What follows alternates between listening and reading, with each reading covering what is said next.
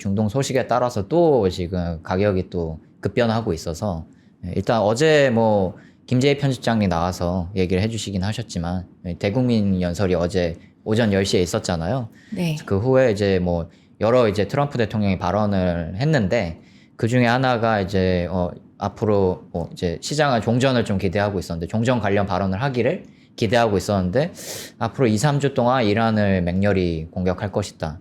그들을 석기 시대로 돌려놓을 것이다. 이런 발언을 하면서 또 시장이 또 급변하기 시작했죠. 그러면서 또 유가가 급등을 하고요. 또 비트코인이나 주요 디지털 자산들이 급락을 했습니다. 그래서 여기 가격을 보시면요. 지금 이 부분이었죠. 그때 연설 시간에 맞춰서 네. 급락을 했고요. 그러다 좀 더 한 차례 하락을 하다가 좀 반등을 하기 시작했습니다. 반등을 했던 이 부분에서 지금 반등을 한 게 보이는데 이 시간에 이제 어제 오후 9시 10시쯤이었거든요. 예, 그 시간에 이제 또 미국에서 주간 신규 실업 수당 청구 건수가 나왔습니다. 그게 또 전문가 예상치를 하회하면서요. 생각보다 이 미국 고용 시장이 아직 견조하구나 이런 반응이 나오면서 살짝 이제 반등을 했는데 또 그 후에 또 안 좋은 소식이 하나 나오면서 약간 지금 혼조세를 보이고 있는 것 같습니다. 안 좋은 소식이 하나 나왔던 건요. 이란이 이제 오만하고 같이 해역 선박 통행을 감시하는 프로토콜을 새롭게 지금 만들고 있고 거기에 이제 통행료도 부과하는 방식이 좀 계획을 하고 있다. 그런 식으로 보도가 하나 나왔고요. 그리고 이제 이란이 거기에 덧붙여서 하나 더 말을 했는데 이제 과거와 같은 통행 체계로는 돌아갈 수 없다.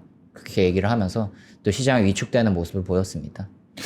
이게 굉장히 오묘했는데요. 어제. 네. 왜냐하면 안 좋은 소식이라 표현하셨고 저도 처음에 봤을 때 안 좋은 소식으로 이해를 했거든요. 네. 근데 비트코인 가격이 정확하게 이 소식이 나온 이후부터 반등을 시작했습니다. 어떤 이유죠? 그러니까 제가 뭐 이거는 사후적인 해석인데 네. 지금 어쨌든 트럼프의 얘기로는 조금 뭐랄까 이제 전쟁이 장기화되면 유가가 올라갈 게 너무 명확하잖아요. 그쵸. 그리고 이제 호르무즈배에서 기름을 받아야 되는 국가들이 또 너무 명확하게 있단 말입니다. 네. 트럼프 대통령이 니네 알아서 해 이렇게 하고 그냥 떠나버렸단 말이죠. 근데 이란하고 오만하고 그러니까 이게 이란이 머리를 잘 쓴 게 자기들 혼자 통행료를 받겠다라고 하면 욕을 많이 먹었을 텐데 그죠. 오만을 끼고 들어가서 우리가 관리를 해주겠다라는 식으로 하고 요 체계가 완성되면 당장이라도 호르무즈가 열릴 수 있을 것처럼 얘기를 하니까 그러니까 엄밀히 얘기하면 어제 이제 제가 미국 장시간에 깨어서 이제 시장 모니터링 하고 있었는데 일단 나스닥이 먼저 그러니까 나스닥과 S&P 500이 먼저 오르기 시작했어요. 그리고 이제 비트코인은 좀 뒤따라가는 네. 약간 그런 모양새였고 유가도 동시에 좀 많이 빠지긴 했습니다. 근데 이게 지금 오늘은 우리가 그렇게 생각한 게 맞았나? 약간 이 생각을 지금 시장이 아침에 하고 있는 것 같아요. 네. 또 코스피는 조금 또 올라가는 듯 하다가 좀 조정받고 있더라고요. 그래서 이런 좀 복합적인 상황이다라는 부분을 좀 말씀드려야 될 것 같습니다. 네, 그래서 지금 굉장히 좀 복잡한 상황인 것 같고요. 앞으로도 새로운 변수들이 좀 많을 것 같아서 시장이 당분간 좀 혼조세를 보이지 않을까 그런 좀 반응들이 많은 것 같습니다. 그래서 그 후에 이제 도널드 트럼프 대통령이 또 이제 이란에서 가장 큰 다리가 무너졌다. 이제 이란이 빨리 협상 테이블로 나와야 된다. 이렇게 얘기를 했는데 사실 뭐 알맹이 있는 말은 아니었죠. 네. 그러다 보니까 시장이 이렇게 크게 반응하지 않았고요. 이 발언에. 그래서 결국 계속해서 혼조세를 보이다가 그 후에 또 뭐 시장 가격에는 크게 영향을 미친 것 같지는 않은데 어제 또 하나 재밌는 보도가 있었습니다. 네. 블룸버그에서 보도를 했는데요.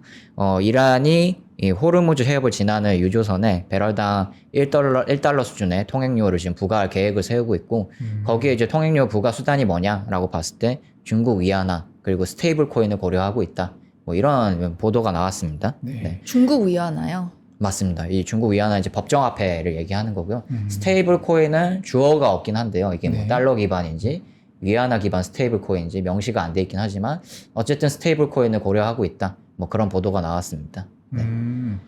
이게 조금 약간 현실성이 있는 얘기인가요?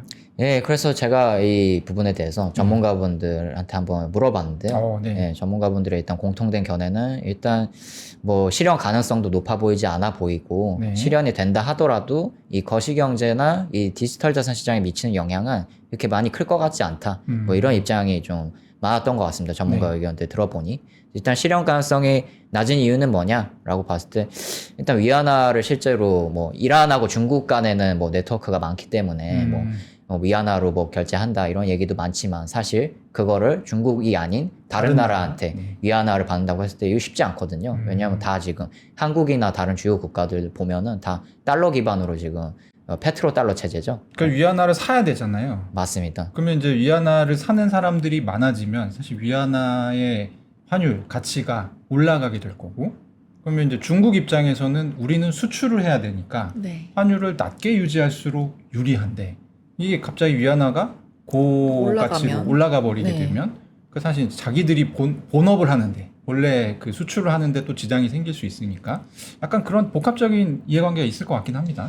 예, 맞습니다. 그래서 이게 위안화를 도입하는 게 사실은 쉽지가 않고, 네. 예, 그리고 이제 또 스테이블 코인으로 넘어가면은 이거를 달러 기반으로 하냐, 위안화 기반으로 하냐, 그게 또 이제 두 가지 경우의 수가 있는데, 네. 달러 기반 스테이블 코인은 할 수 있는 가능성이 있는 것 같습니다. 근데 이 경우에도 좀 쉽지는 않은 게, 지금 뭐 이란한테 이제 스테이블 코인 보내면은 테러 자금 보냈지 막 이런 식으로 지금 그렇죠. 또, 이제 테더나 아니면 서클에서 동결시킬 수 있죠. 맞습니다. 네. 그러면 또 이제 미국 정부 기관에서 또 규제 기관에서 움직이면은 또 테더나 이 서클 같은 대형 스테이블 코인 발행사들은 또 동결을 시켜야 되고, 그럼 또 유통이 쉽지가 않겠죠. 네. 이런 또 얘기가 있습니다. 그리고 또 그걸 다 뚫고 뭐 달러 기반 스테이블 코인 결제한다 하더라도 지금 이 배럴당 1달러 수준 통행료가 얼마 정도냐라고 봤을 때 그렇게 크지 않은 규모라고 지금 전문가들은 파악하고 있습니다. 아, 뭐 연단위 전 세계적으로 봤을 때. 맞습니다. 네. 예, 한국으로 따졌을 때 연간으로 봤을 때 GDP 0.1%에도 못 미치는 정도다. 그렇게 지금 평가를 하고 있고요. 네. 그러다 보니까 이게 도입이 돼도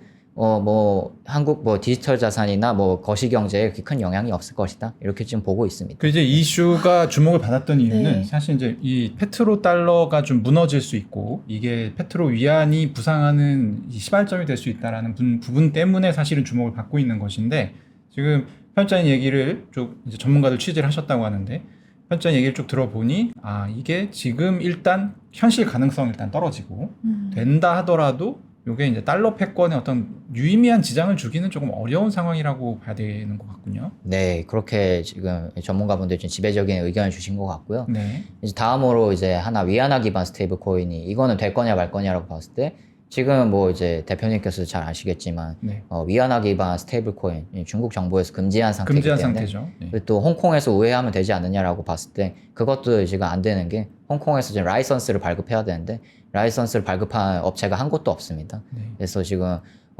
역외로도 사실은 또 쉽지는 않은 게 중국 정부에서도 원칙적으로 역외 위안화 스테이블 코인도 금지하고 있어서 사실 쉽지 않은 상황이고요. 그러니까 지금 이 중국 정부가 네. 승인한 위안화 스테이블 코인 발행 업체가 빵개 없어요. 근데 이걸 어떻게 하겠다는 그러니까 제가 볼 때는 약간 이란이 일종의 선전전을 하는 것 같아요.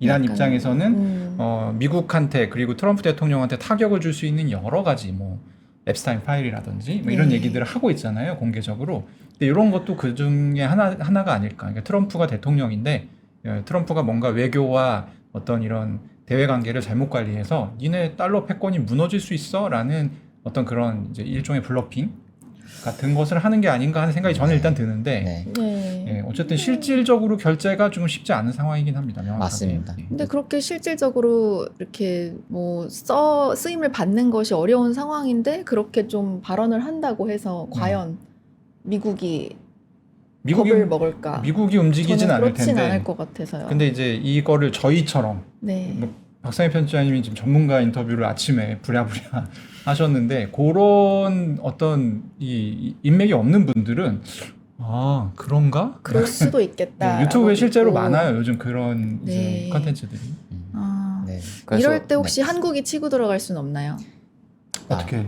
네, 한국 원화 스테이블 코인을 얼른 만들어서 빨리 규제를 좀 근데 정하고 제가 얼른 아까 만들어서 제 Do BTS 해가지고 방송 들어오기 전에 예. 이제 박상희 편집자님한테 전문가 얘기가 저도 궁금해서 네. 얘기를 쭉 들어봤는데, 일단 전문가들이 좀 부정적으로 보는 이유 중에 하나 뭐냐면, 미국이 지금 굉장히 막 좀 신뢰가 떨어지는 행동을 하고 있는데 그래도 다른 나라들이 미국 눈치를 많이 보고 있다는 거예요. 그래서 그렇군요. 그러니까 위안화로 결제를 하게 되면 이거는 나는 미국한테서 이제 미국 동맹에서 빠질래라는 신호로 또 보여질 수 있어서 네. 그 부분을 굉장히 주의하고 있다라는 맞습니다. 얘기였습니다. 맞습니다. 그죠? 그래서 그러면 이제 그 어떤 나라도 안 된다.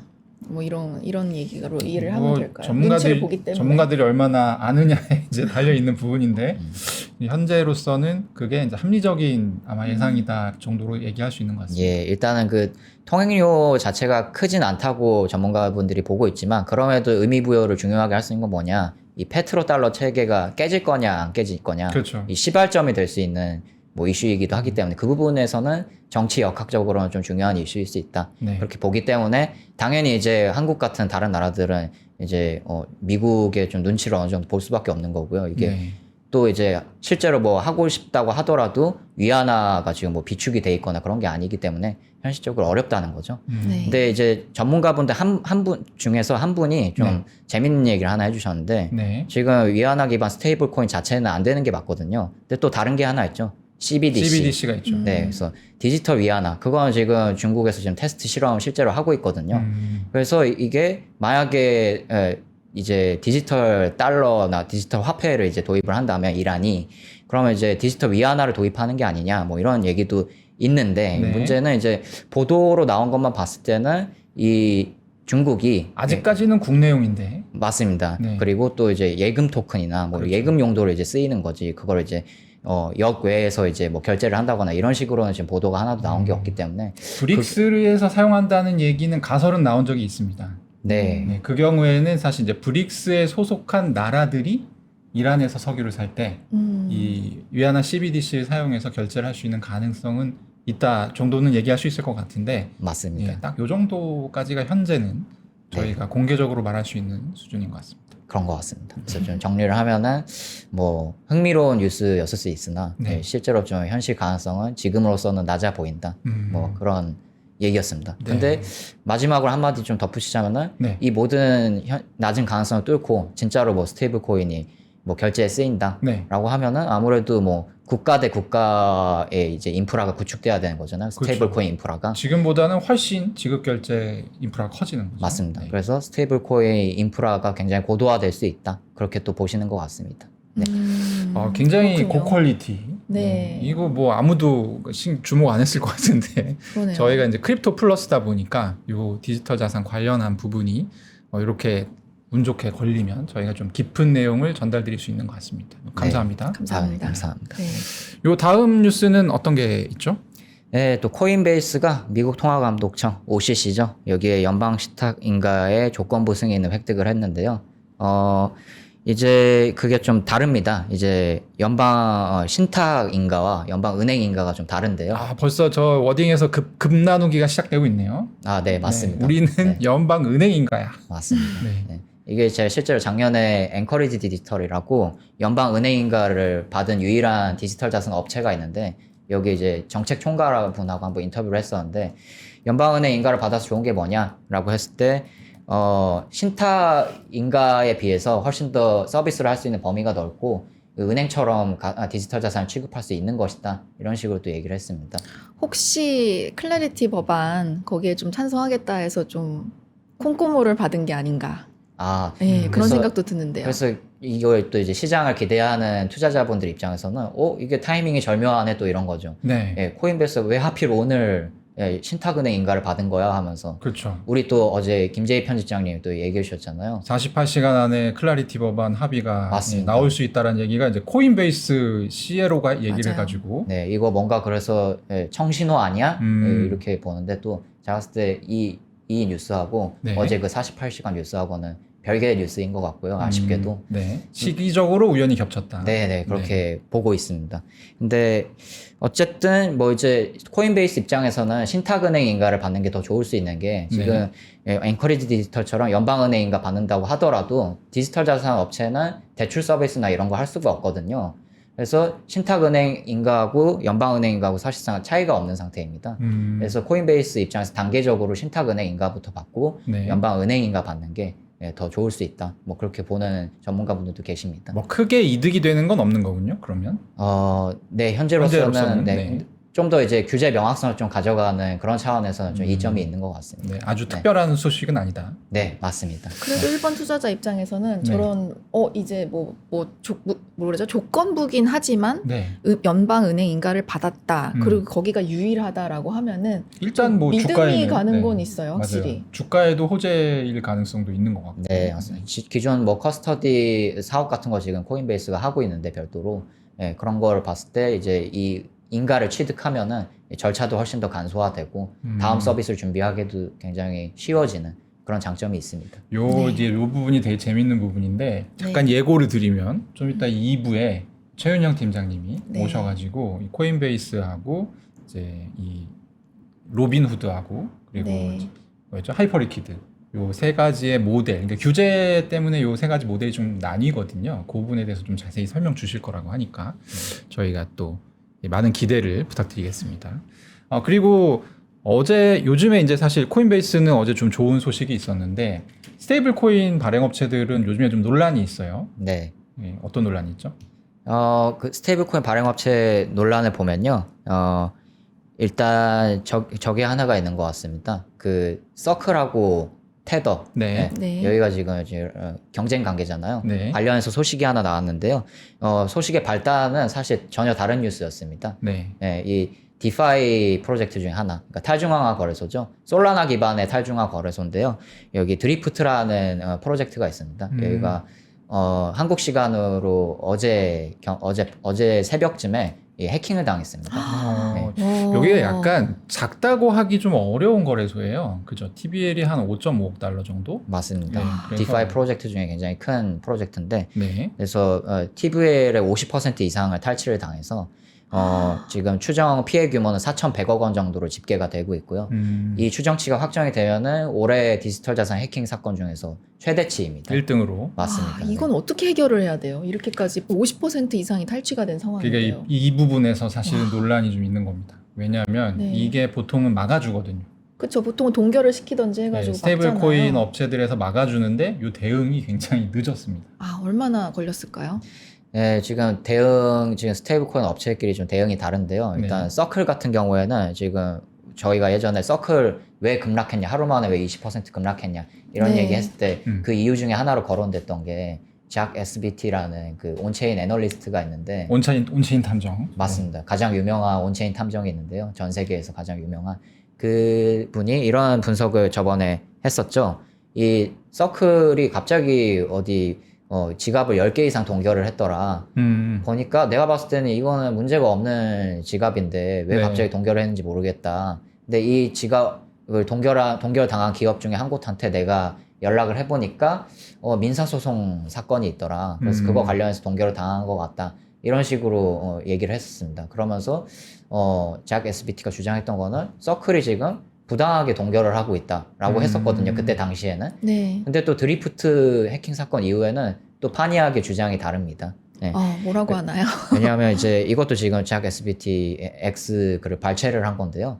보면은 지금 이 해킹 사건 같은 경우에는 당연히 동결을 빨리 시켜야 되지 않느냐 이거인 거죠. 그런데 내가 온체인 분석을 해보니까 6시간 동안 사건 발생 이후 6시간 동안 서클이 동결을 하지 않았더라 이겁니다. 네. 그래서 왜 이런 경우에는 빨리 동결하지 않았는지 모르겠다. 서클을 이해할 수 없다. 이런 식으로 또 이제 주장을 했습니다. 저 멘트는 지금 약간 조롱의 멘트인 거죠? 서클은 동결하는데 6시간밖에 걸리지 않았다라는 거는 그쵸. 약간의 약간 조롱이 섞인. 네, 맞습니다. 그렇군요. 6시간이면 굉장히 긴 시간입니다. 왜냐하면 이제 이더리움 같은 경우는 컨퍼메이션 타임이 대략 한 길어도 10분 이상 걸리지 않기 때문에 거래소를 오갈 때 그러니까 10분 안에 동결해야 돼요. 그래야지 이동을 할 수가 없거든요. 근데 어쨌든 6시간이 걸렸다는 건 좀 이해가 안 가는 그런 부분이 있죠. 근데 대응을 6시간 이후에 해도 다시 탈취한 것들을 돌려받는 거는 가능한가요? 동결까지는 가능한 걸로 알고 있고요. 근데 이제 탈취한 거를 돌려받는 거는 여러 가지 그 뒤에 몇 가지 검증, 이게 실제로 해킹이 맞는지, 그리고 소유권이 주장하고 있는 사람께 맞는지 이런 부분들을 확인해서 나중에 이제 돌려주기도 하고 그런 걸로 알고 있습니다. 그래서 이 부분이 사실은 서클의 자랑거리였어요. 그동안에는.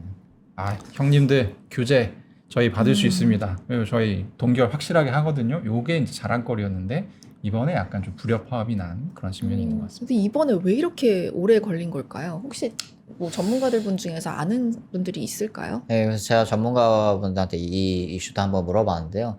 또 뭐 반대의 입장을 내시는 전문가분들도 있어서 이 의견을 조금 말씀을 드리면은 지금 민사소송 같은 경우에는 작 SBT가 말한 것처럼 서클이 굉장히 빠르게 동결을 했거든요. 근데 지금 이거는 아직 뭐 소송 이슈가 걸린 것도 아니고 처음에 이제 해킹을 당했을 때는 이게 해킹인지 아닌지도 확인이 제대로 안 됐었거든요. 그래서 이제 일부 분석 업체에서 해킹을 당한 것 같다 이런 식으로 좀 얘기가 나왔었고요. 그래서 이게 법적으로 좀 확인을 해봐야 되는데 그 과정에서 늦어진 게 아니냐 뭐 이런 또 의견을 내놓으시는 전문가분들도 있더라고요. 네.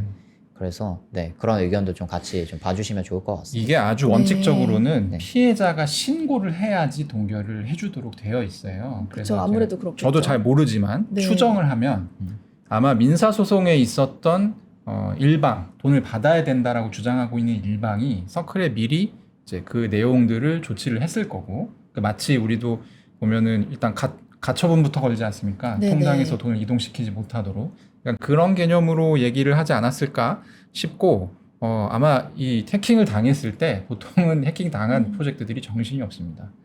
그래서 서클에 바로 연락을 해서 뭐 어떻게 동결해야 된다 뭐 이런 연락을 좀 뒤늦게 했을 가능성도 있고 네. 어쨌든 이 부분이 논란이 되면서 사실 이제 서클이 약간 불미스러운 이미지로 지금 이제 얘기가 떠오른 건 사실입니다. 맞습니다. 그러면서 서클에 뭔가 좀 입장을 내놓으면 좀 확실해질 텐데 아직까지는 입장을 뭐 밝히지 않은 상태고요.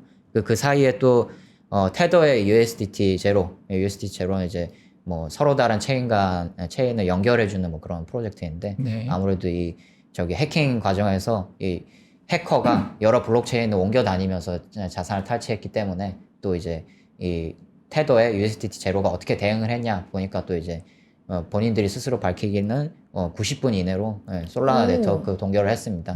꽤나 빠르게 또 동결을 했네요. 네, USDTO는. 또 발빠르게 또 공지를 했습니다. 이럴 때도 생색 한번 내는 거죠. 우리는 빨라요. 약간 이렇게. 네. 근데 진짜 많이 빠르네요. 아, 상대적으로. 그렇죠. 상대적으로. 네, 상대적으로. 90분이면 뭐. 근데 사실 90분도 느릴 수 있다는 거잖아요. 그죠? 뭐 노티파이를 받고 나서는 사실 10분 안에 해결이 돼야 되는 그렇죠. 부분이라는 건데. 이게 사실은 이제 AI가 아직 적용이 안 돼 있는데 사실 이런 좀 이 비정상적인 거래가 있을 네. 때는 AI가 되게 쓸모가 많거든요. 그렇죠. 네, 그래서 걸어가지고 동결까지. 근데 이게 과연 좋은 건지 모르겠습니다. 솔직히 얘기하면. 네. 이게 크립토는 탈중앙적인 맛에 하는 약간 그런 게 있는데 이게 이제 딱 잘못하면 AI가 판결, 너 위험 거래하네? 약간 이러면 그냥 동결. 이게 좋은 건지 모르겠는데 아무튼 그래도 유저 입장에서는 사람이 하는 것보다는 AI가 한다 그러면 약간 좀 덜 억울하죠. 덜 억울하고 좀 수긍을 할 수 있을 것 같아요. 하여튼 재밌는 이슈가 네. 있었습니다. 네. 네. 그리고 저기 왜 이렇게 스테이블코인 발행사가 하필이면 이슈가 됐냐라고 보면은 여기 지금 자산 탈취 규모가 있는데 스테이블코인이 상당히 껴 있습니다. 탈취 자산 중에서. 그렇기 때문에 논란이 된 거고 특히 또 이제 스테이블코인 발행사 같은 경우는 말씀하신 대로 탈중앙화가 아니라 중앙화잖아요. 그렇죠. 그러니까 이렇게 동결을 일어나 이제 톱 바텀식으로 이제 해가지고 할 수가 있고요. 컨트롤을 할 수가 있고요. 그러다 보니까 더 이슈가 된 것 같습니다. 이걸 통해서 저희가 알 수 있는 거는 이제 확실히 이제 시장이 스테이블 코인을 굉장히 많이 활용하고 있고 기간 진입 단계로 가고 있구나. 이걸 좀 볼 수 있는 것 같습니다. 그렇군요. 네. 스테이블 코인 얘기하니까 또 이제 미국 법안 얘기 진척된 걸 얘기를 한번 해야 되는데 짧게 한번 소개해 주시죠. 예, 그러니까 지니어스법 작년 7월에 통과가 됐죠. 대통령 서명까지 받았는데 서명을 받았다가 끝이 아닙니다. 사실 발효가 돼야지 이제 완전히 이제 시행이 되는 건데요. 네. 예, 지금 발효의 과정 중에 있습니다. 지니어스 액트 같은 경우에는. 그래서 엊그저께 마침 재무부가 규칙 제정을 내놨는데 지니어스 액트하고 관련한 규칙 제정을 내놨는데 이 규칙 제정을 한다고 해서 또 바로 되는 게 아니라 의견 수렴을 받아야 됩니다. 수개월에서 최대한 1년까지 소요가 될 수 있습니다.